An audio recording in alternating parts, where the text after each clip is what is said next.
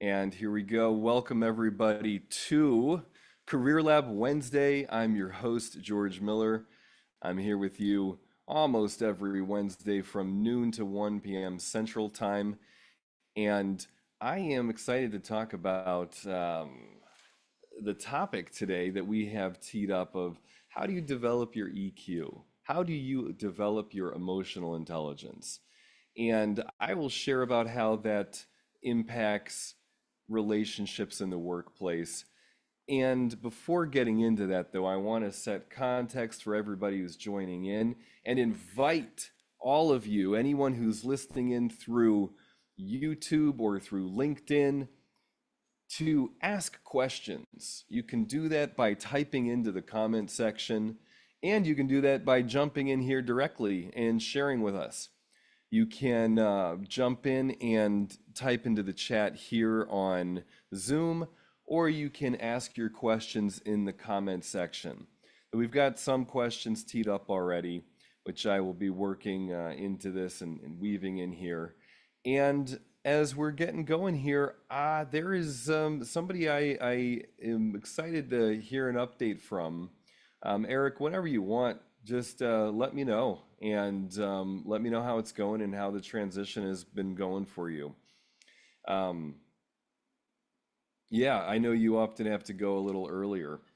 Yeah, I So, can. Do you want me to do that now, or do you want to riff first, or how do you want to yeah, do it? jump on in. Jump on in. So it's been a minute since we connected. What's going on? Yeah, so it's been a bit of a roller coaster. So uh, I guess bad news is I lost that opportunity that we had last spoken about. Uh, Oh my too goodness. too messy, complicated to discuss on here, so we'll just Got leave it. it at that. But I do have likely another opportunity, which could be, or I guess, would be potentially just as good, if not better, in some aspects. That I'm apparently a top candidate for. Okay. Um, per what literally the HR person told me directly. Um, so hoping to hear good news of that. Um, so we will hopefully find out about that over the few days, but otherwise just chugging along where I'm at and trying to learn every day. Got it. Okay. So this, sorry to hear about that opportunity fell through. How are you doing where you're at right now? I'm pretty good. Still trying to work and grow uh professionally as much as I can. Um Not too much to update on or notable here at work. I do know kind of within the company, just with where we work with the high fructose corn syrup stuff, the stuff that's like super bad for you. Mm-hmm. And it definitely seems like they're trying to transition away from that business, or at least diversify away from that business. So there's likely going to be a lot of opportunities to kind of grow and develop within these new businesses, new areas that the company itself is exploring. And there's also some um, not work changes, but kind of like HR changes where it sounds like they're going to try to lean more into like career paths where, you start out as a production planner and then you could go this path, you go that path or whatever. Apparently that's being rolled out Okay. over the next couple months. So curious to see what that looks like. Oh, Um, interesting. but otherwise, just keep on keeping on. Got it. Eric, feel free to set up a individual time with me. Um, I'd be curious to hear a little bit more about what happened. And for everybody who's listening in, that's something that you can do as well. You can set up a time to talk with me, 15, 20 minutes. I can often help guide you in a direction or oftentimes just kind of affirm what you're doing and give you the sense of clarity. And if a coaching relationship is something that makes sense, we can talk about that as well. So, Eric, thank you for checking in. Um, you know, as I can talk a little bit about your journey overall of um, using emotional intelligence, becoming more aware of what you're feeling so that you can make more of an impact in meetings.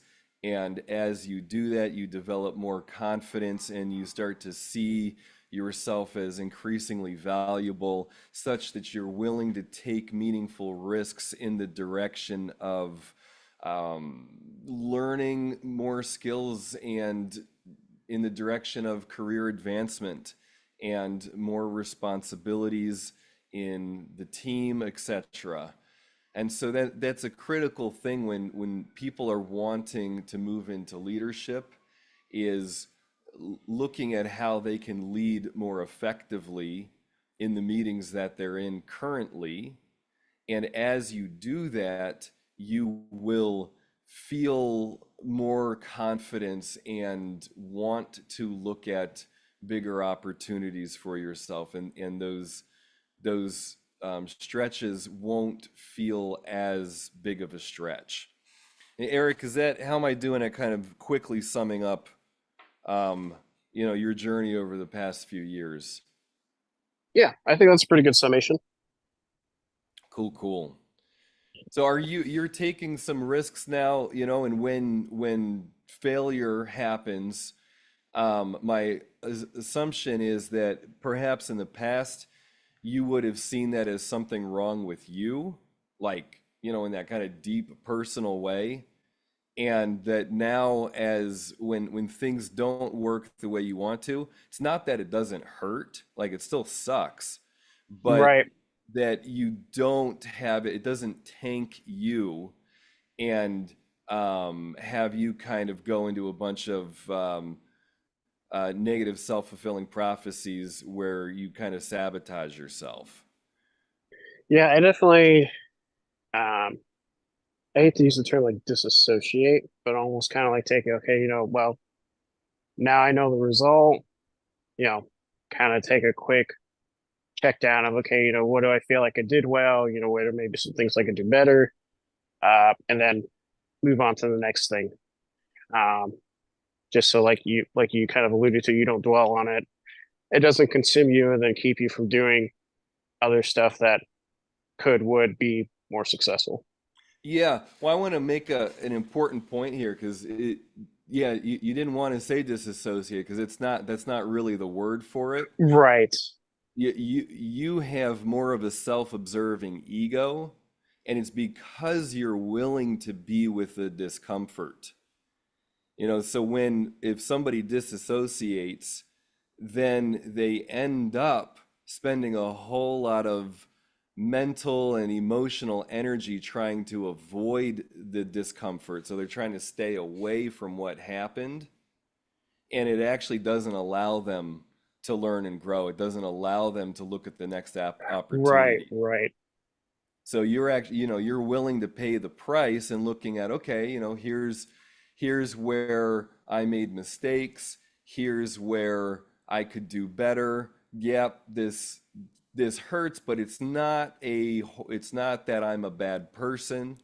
And so, okay, great, I can actually learn from this stuff. And I don't know the scenario. It could even be like, oh yeah, I next time I'll actually be able to see that this kind of thing that looks like an opportunity, I can kind of see the the rat hole or whatever for it. I can see some of these dangers earlier. Um, but you don't get that. You if you avoid the feelings, you're not going to be able to see that kind of thing in the future. So once you learn to pay attention to your fear and your hurt, then you can anticipate the dangers that are coming down the line much better. So I appreciate you sharing that and making the distinction there about disassociating and actually being present with the feelings so that you can look at yourself more objectively. Yep. Absolutely. Absolutely.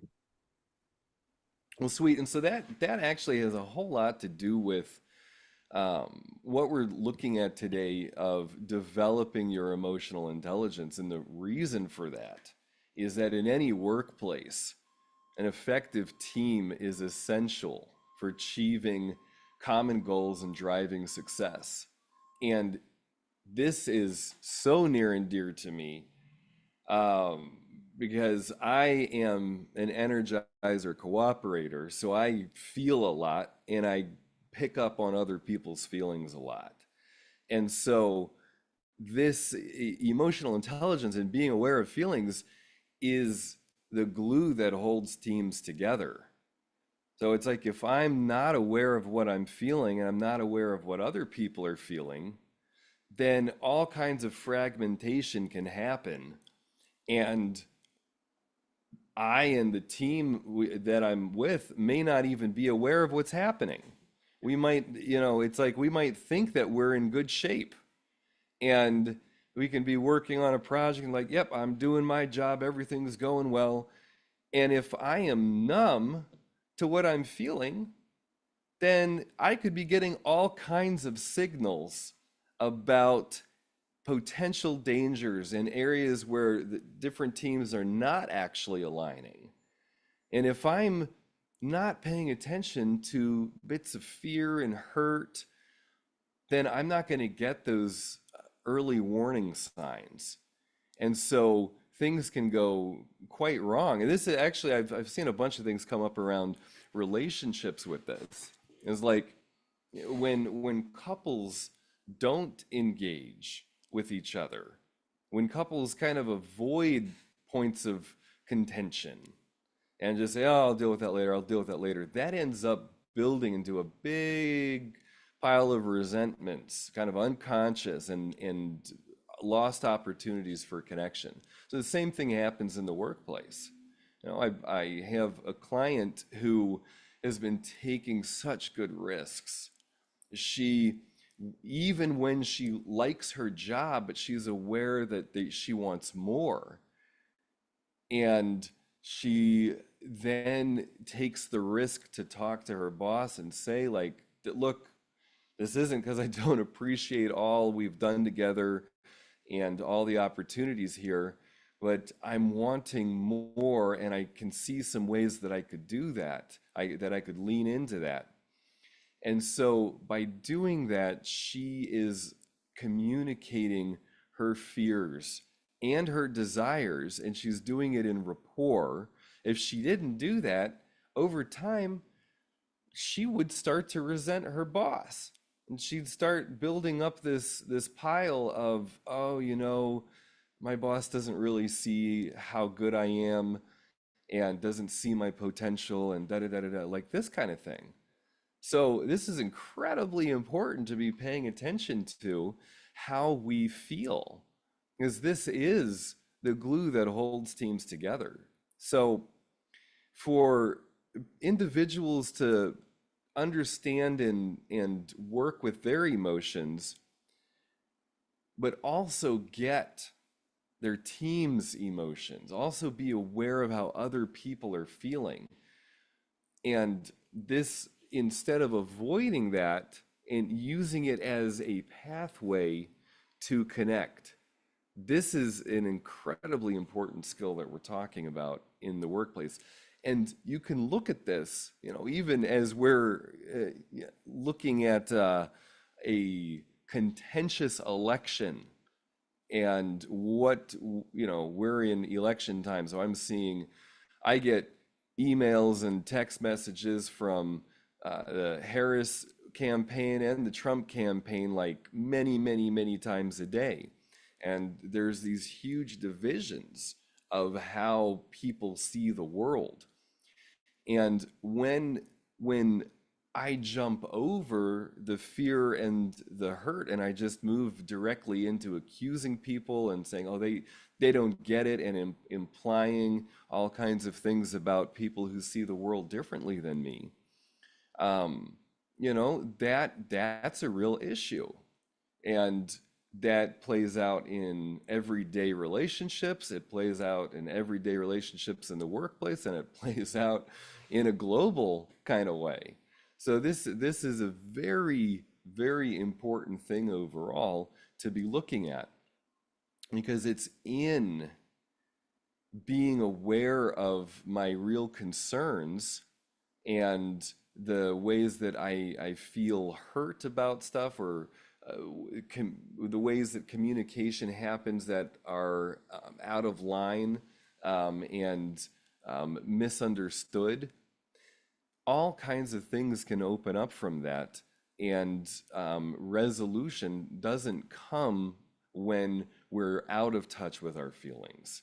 Resolution doesn't come when I'm trying to make other people wrong.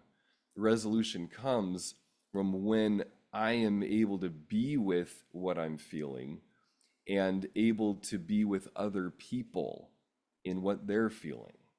And then we're able to address concerns. And in most of the time, there is a price to pay. Most of the time, there is something uncomfortable on the table. And if we're going to get to resolution, and if we're going to get to new ideas, we are going to have to be with discomfort in our own selves. And I will have to see the world in new ways. I will have to open up to new possibilities. So this is an incredibly important thing at work, because things are changing. We live in a time where we are developing technologies that shift things monumentally. And as this happens, I have to be willing to learn and grow. And the hard truth about this is that as an adult, learning and growing always comes with some discomfort. The work of Jack Mesereau, who said that childhood is formation and adulthood is transformation.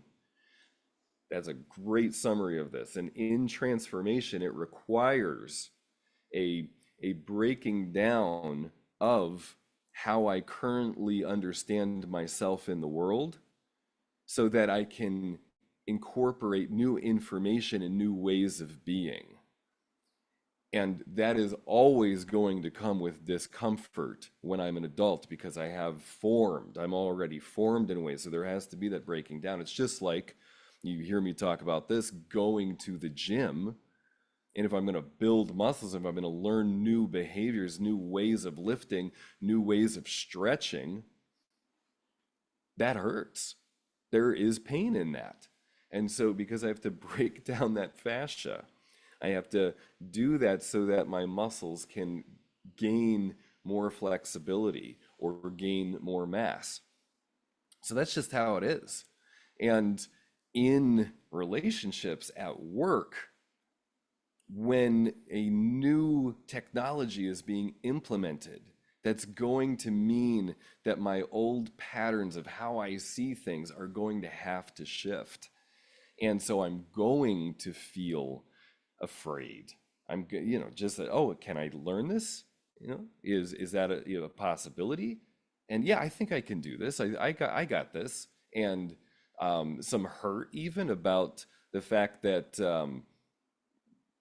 these skills that I developed are now, I might not see the relevance for these anymore.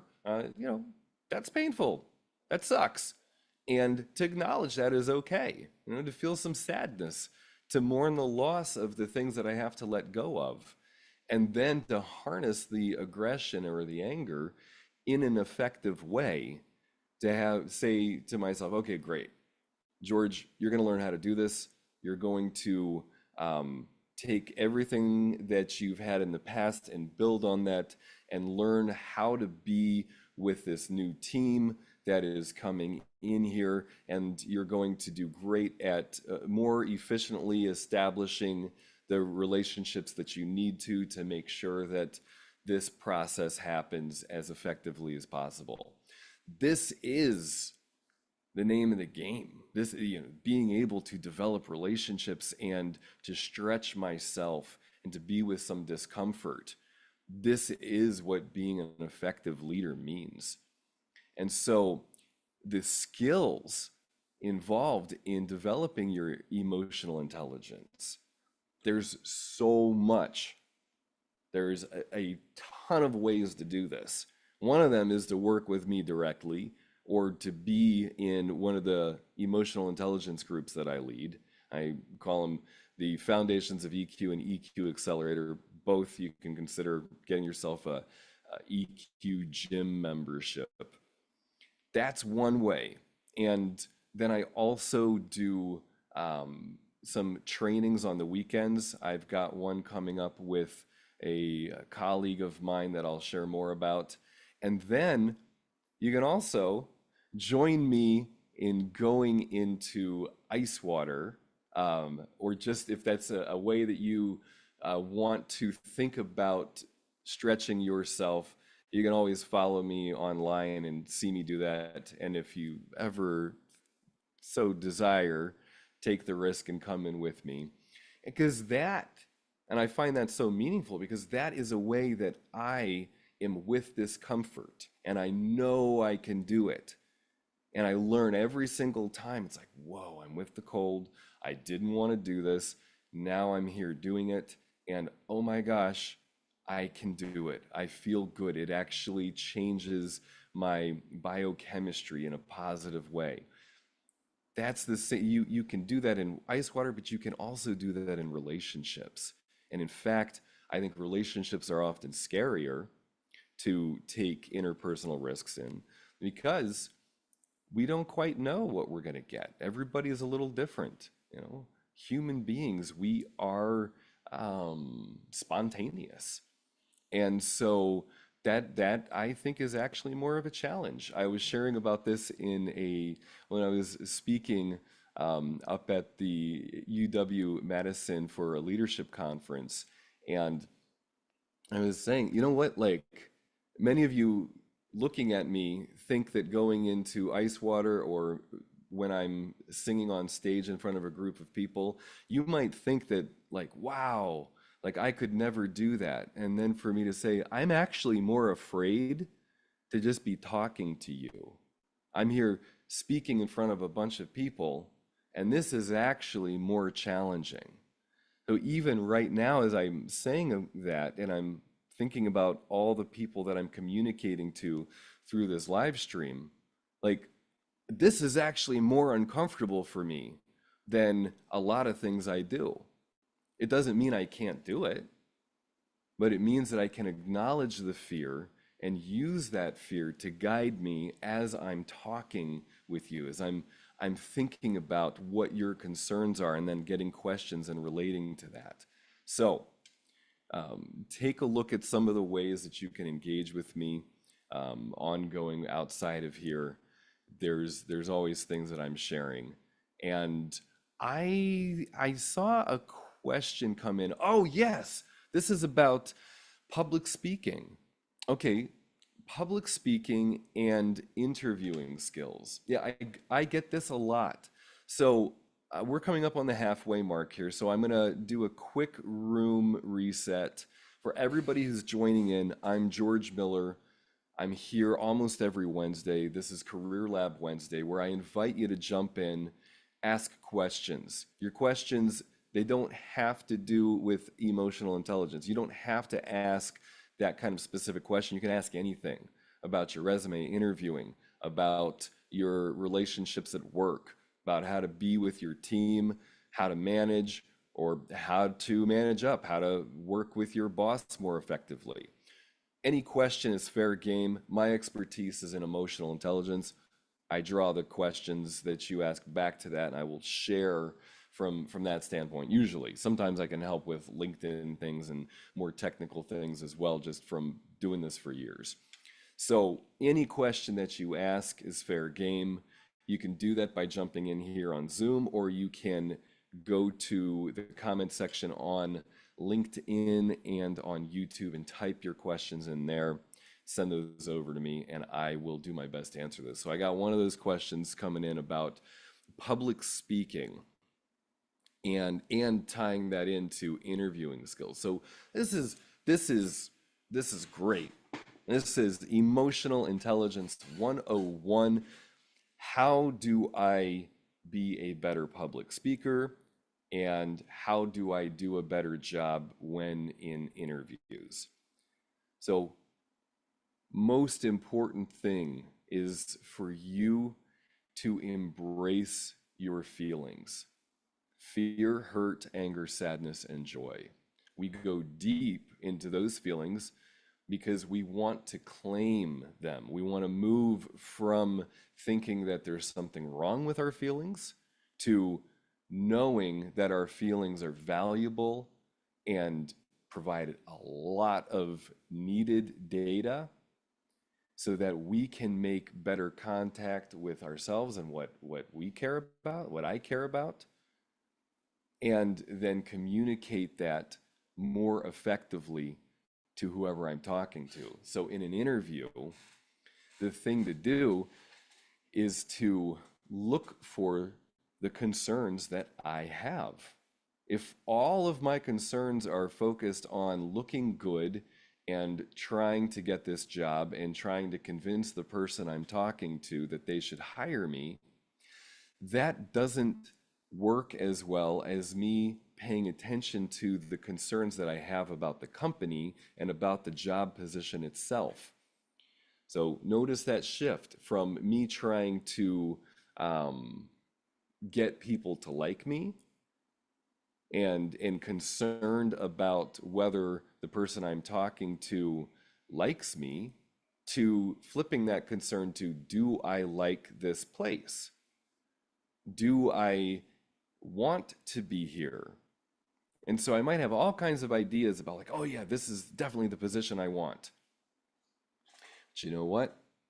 I've been doing this with people for years, and no matter what dream job anybody ever lands, once they're there for a few months, they start seeing all kinds of problems that they didn't see before. And they start to get that, oh yeah, I guess the grass isn't greener on the other side. And so then they're more realistic about it and they can start affecting change in a more meaningful way. But when you're interviewing, it actually makes you more confident. It makes you look more confident, because you are, when you use your fears about what is going on in that company. What is the problem that they are having, that they are hiring to solve? And then you focus your anxieties on getting answers to that question. What is the problem that they are trying to solve in hiring me? And that will give you a lot of power to ask intelligent questions that are going to have them thinking through why they're hiring and seeing that, oh my goodness, here I'm talking to a person who understands this. They understand, they have a better idea of what's going on in this company, because I can get that because they're asking me questions about it. And then you can talk about the role that you're applying for with more meaning. So that's one way. I hope that's helpful around how to use your feelings when you are interviewing. For public speaking, it's a similar thing. So it's like, for a lot of people, the more numbers of people that are in the audience, it's like the more attention is coming at you.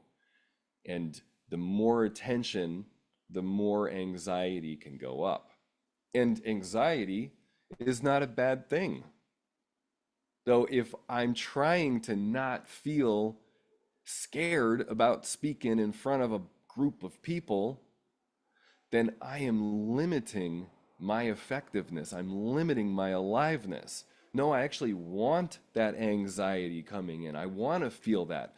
I should be feeling that. I should feel afraid. I am in front of a bunch of people. And that fear can run through this system, my body, my being, my thoughts. That fear can run through, and I can use it to be connecting with my audience, to be highly effective, to have a lot of enjoyment. Remember that fear and excitement are felt in the body in the same way. Why else do you think people jump out of airplanes and stuff? So when public speaking, you don't want to not feel afraid. You just want to be good at feeling afraid. You want to be effective with that. You want to have that. So when I was doing this speaking event the other week, I'm not going to lie, I was scared. Like I had so much anxiety going up to the thing, and it was helpful for me to know this, to know that I didn't want to turn the fear down. I just wanted to use it. So what did I do? How did I use that fear? That week, I did a lot less. I probably didn't watch any NBA highlights that week because I was um, listening to myself and recordings of myself as I'm walking around doing whatever tasks I'm doing, walking my dog, and I'm listening to me do presentations. I'm rehearsing. I use that fear to rehearse. And then, oh, cool, I see a hand raised. Jump in anytime you want. When Yeah, I I'm, was I was go gonna ahead. say I know you're kind of getting into it, but as someone who is also conscious of my not so great public speaking skills, and also someone who's been actively interviewing, I liken it to where, if whether you're in sports or like performance arts, like I am, you rehearse how you want to perform, right? You take those skills that you're practicing and you're applying it to the real thing. So, whether it's speaking to 500 people or five people, it's still going to be the same. You still want to take those same skills. It's just you're scaling it down a little bit, but those fundamentals are still going to be the same, which is kind of what you were getting into. I love that, Eric. Thank you. Thank you for sharing that. Totally, because when I see it that way, then it gives me the opportunity for any meeting that I'm in to be practicing the skill of being present with anxiety so that I can be effective with who I'm talking to. So whether it's one person or 1,000 people, I can focus on the anxieties that I'm having, not in a way that's like tripping me up, but saying, oh, what is this? What data is this giving me? So as I go into this speaking event and people are starting to arrive, I made the decision to be there in person before I got going. So I didn't just walk out and say, here's who I am. I said, you know what? I'm going to get to know people as much as I can as they're showing up. So as people started coming in, I just start talking to people. So I used that anxiety to make contact with the people as they're coming in and start asking them like, what are you hoping to get from today? And so it's giving me that valuable data right there. And then when I'm speaking later on, I'm able to address the things that they were talking about, that they said, this is why I'm here today. And I can tend to that. And then when I'm there speaking with a bunch of people, I can now use that anxiety that I have, this aliveness of like, whoa, what's going on, to look at them and see, okay, are they engaged? Great. Now I do see some people with like looks on their faces like this. And I'm like, okay, I have some fear about that because like they're grimacing. And so then I might ask a question like, how are we doing? I see a lot of furrowed brows out there. Are you, is this like, are you processing this information so you're like thinking about it? Or are you just like upset that you have to be here?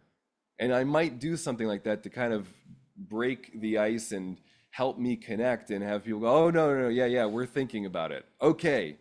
So there's that way that I can use the fear to make contact with people in the audience instead of just running my rehearsal and just speaking and saying, okay, I'm making sure I have all my points here. I'm getting this all in. I'm making sure I'm performing well, that I'm entertaining.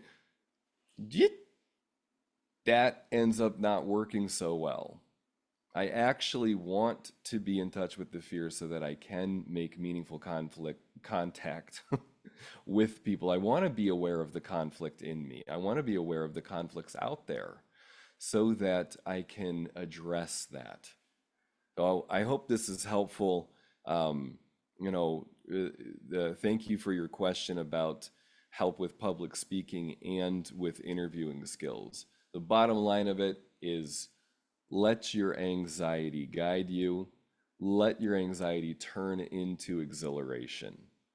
Let your fears be with you instead of trying to suppress them and trying to get over your fears and thinking that your fears mean that there's something wrong with you to, oh, no, this is helpful. This is, I'm supposed to feel this way. I'm an amazing creature with years and years and years of evolution in this body, and all the signals that I get are here for good reason. And for these reasons, I'm now able to affect change in a meaningful way in the here and now with other people. So I hope that's a helpful reframe of being present with feelings. So, want to invite anybody to jump in with any more questions, anything else that you want to share. Thanks so much, Eric. Take care. I look forward to talking with you soon. Thanks for joining in today and giving us an update. So I want to welcome anybody, any questions that you have. Feel free to type your questions into the comment section. As you're doing that, I think I'll riff a little more on what,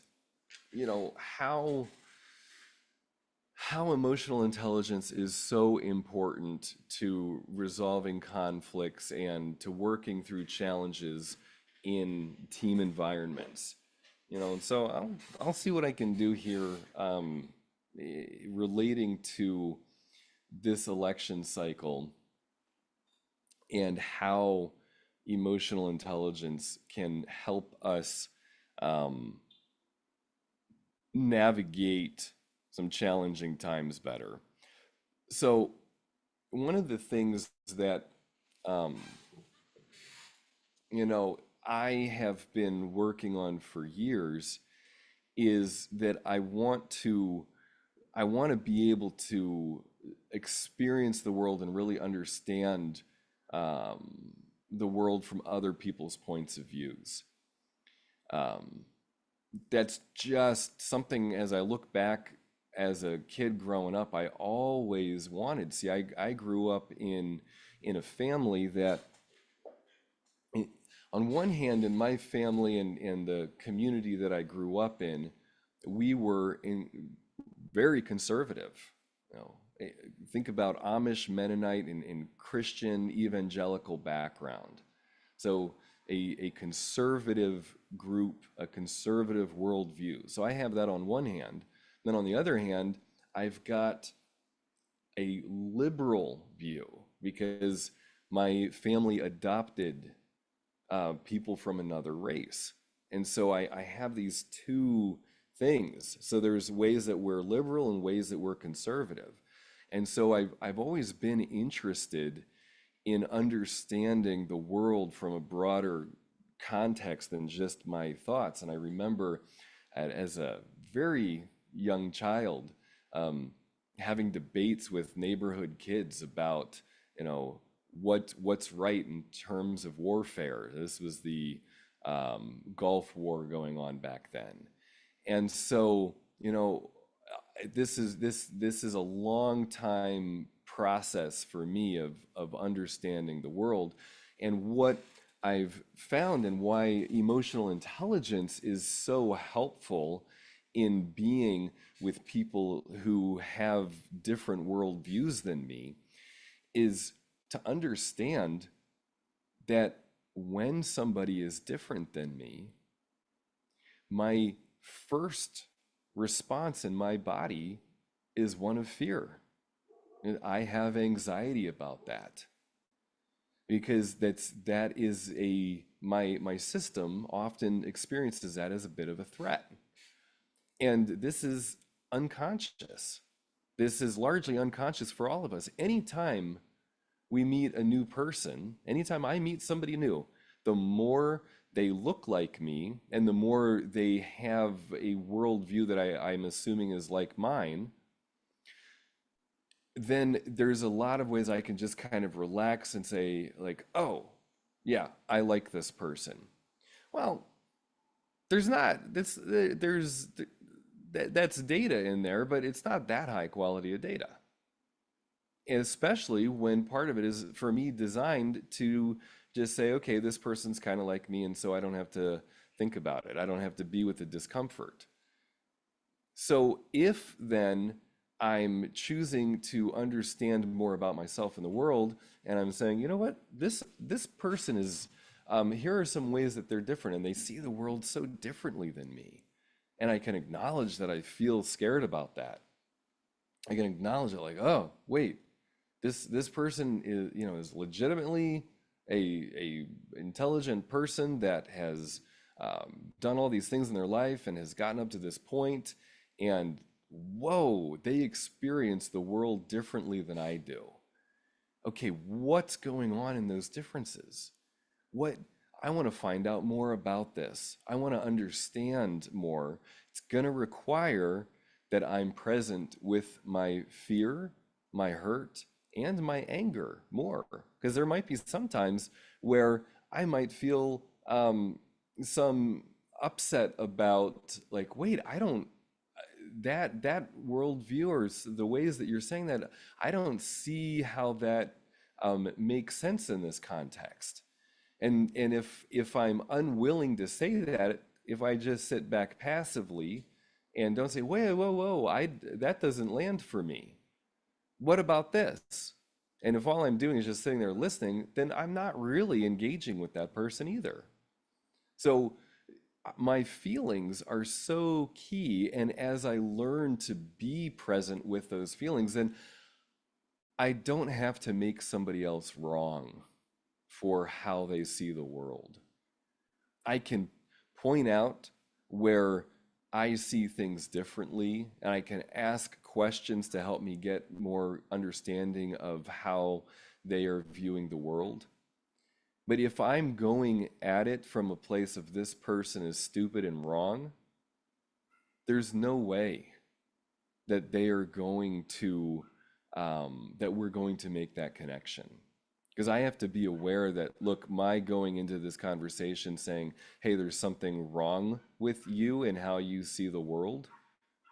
If that's the way that I'm approaching the conversation, their system, their defense mechanisms are going to kick in, and they are automatically going to see me as a threat.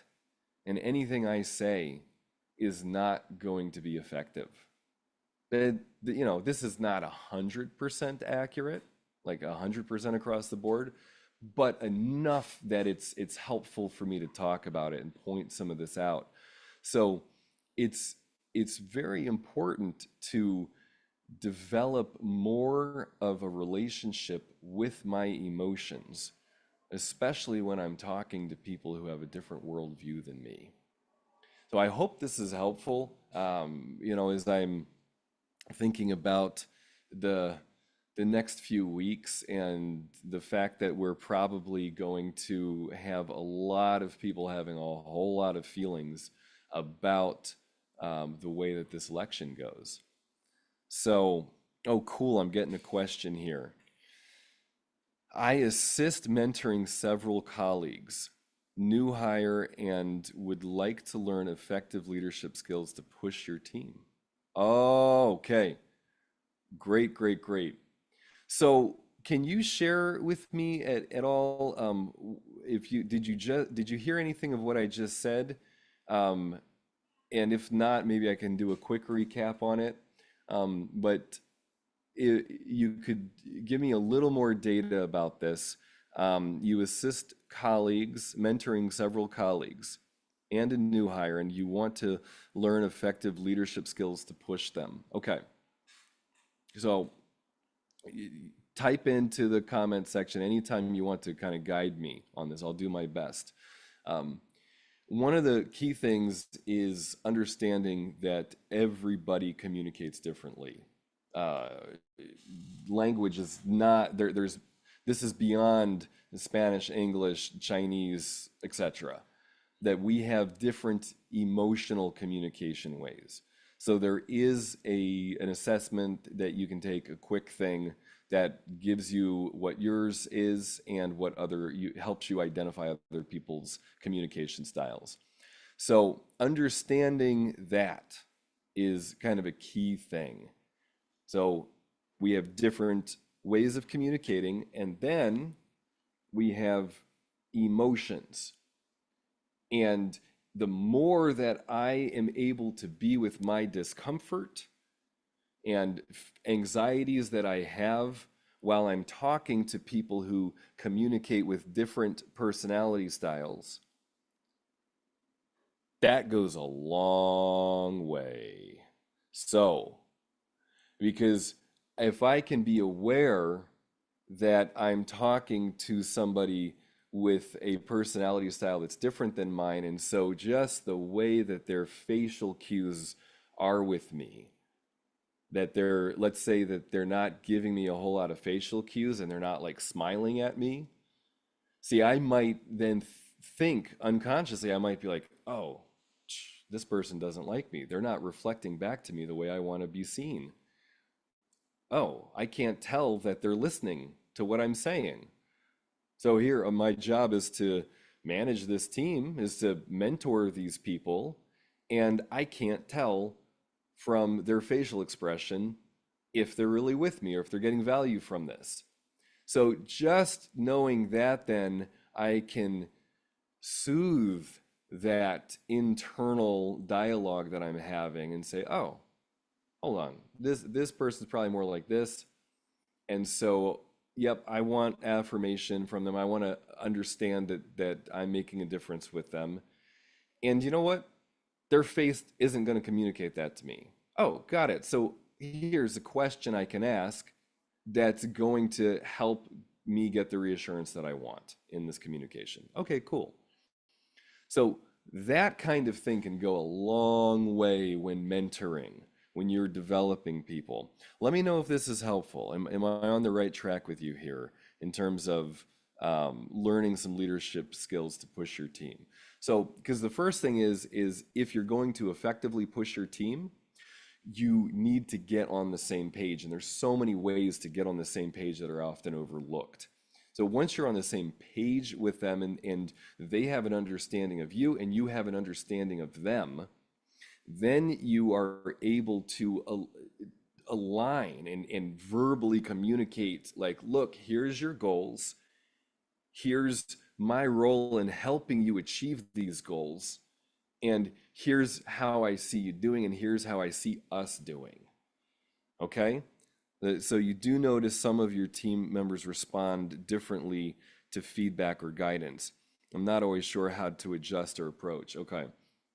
So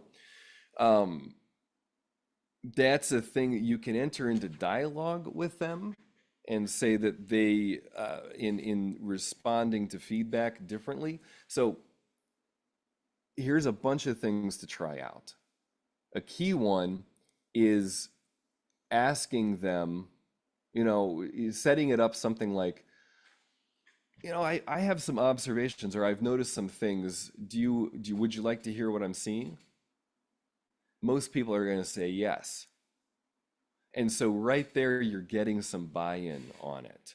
And how much of this mentor relationship is established? Like how much of it is that they are coming to you as a trusted advisor and understanding that any feedback you give them is valuable for their development? How much has that relationship, has that agreement in your relationship been established? If it hasn't been established, that can lead to a lot of issues when there's not that kind of clarity. So you notice that some team members respond differently to feedback or guidance. So depending on your relationship with them, you may bring that up. You may say, I notice that I, I think that the way that I'm communicating with you, I wonder how effective I'm being in working with you. You might ask them that, and they might say, "Oh, everything's great," or they might say, sometimes I don't understand. I do have some questions, and I don't want to take time away from the team, and so I don't always ask the questions. You might get some more valuable data there about how they respond, why they're responding in the way that they are. And so that can help you adjust your approach. So it's a very it's about your relationship with your team. Let me know how I'm doing in terms of giving you some ideas of new ways that you can approach your team. Um, Another thing can be to, if I'm assuming that people don't understand me, or that they might not, I can say to somebody, when I'm hiring, I often will say, part of what I want you to do is to tell me what you think I'm doing wrong, or tell me how I'm not communicating with you in an effective way. What is it that I tend to bottom line things. I tend to just say what I want, and that I'm aware that sometimes you might need some more details or more steps in how to do this. So just letting you know kind of how my knee-jerk way of leading is, and ways that I see that sometimes people need more help. I like that idea. Okay, good. I think it would also help me to understand what motivates them better. Oh yeah, yeah. Yeah, you want this is absolutely key. If you're mentoring anybody, set up one-to-ones. Get to know them on a one-to-one basis. Get to know who they are, what's going on in their life. What do they have, a family? Do they have pets?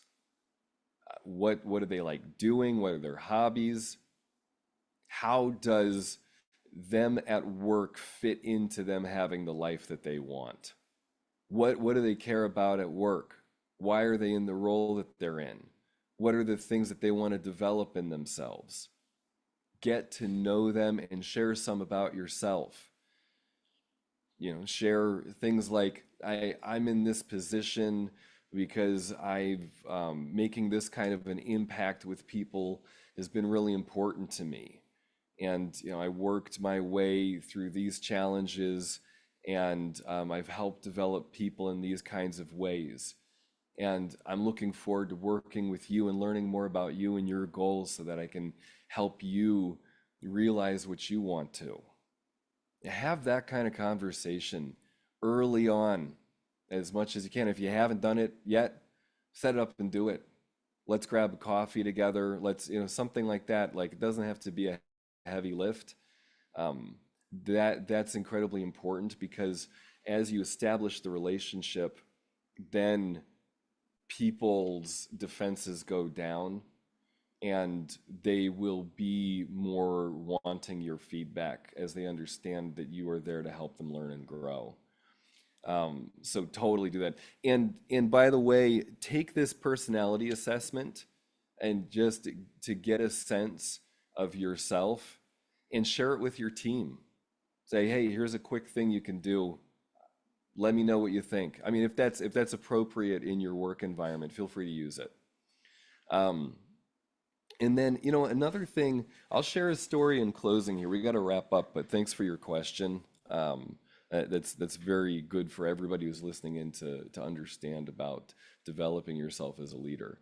So, a quick story about this topic. A client of mine for years has worked with a company, and has been managing a set of managers. Yeah, you're very welcome. So he's been working with this company for years. He's a VP, and part of his responsibility is managing the shift managers. And one of these shift managers, as they've always kind of come to a head, does not want to implement things that would improve stuff and gives pushback about it. And my client had been trying for a long time to get them to do a better job, to do their job better, and they were ineffective with it. Well, as soon as my client chose to have some quick conversations when there was a little bit of downtime, once they completed a project or whatever, and would say, how you doing? What's going on? What's happening in your life? How's stuff? Real basic conversational stuff. It only took 3 weeks of this kind of just casual, what's going on? How you doing? Oh, wow, relating to them. That all of a sudden, that person, that shift manager changed their behavior and started listening to my client more and started saying, you know what, it is nice when we implement some of these changes. You know what, I'm going to do that. Like, because they felt seen and understood. And that comes first. As human beings, we're all desperately hungry to be known, to be acknowledged, to be affirmed, to be respected, all that stuff, And so if that's not happening in relationships, it's like working with rusty gears. It just doesn't work as well. And so as a leader, when you are curious about your team and just some of these basic things, it really goes a long way. So I'm going to leave you with that. Well, I got another minute. I'm going to get this in here. So same thing, you know, I got I got all kinds of friends and clients that see the world differently than I do. Number one, number one important thing is our relationship, you know? So I find out about them. I support them in what they're doing. Whatever they're doing, I want them to do a good job at it. I mean, unless they're, yeah, I guess if they're like robbing banks and stuff, maybe I wouldn't go there.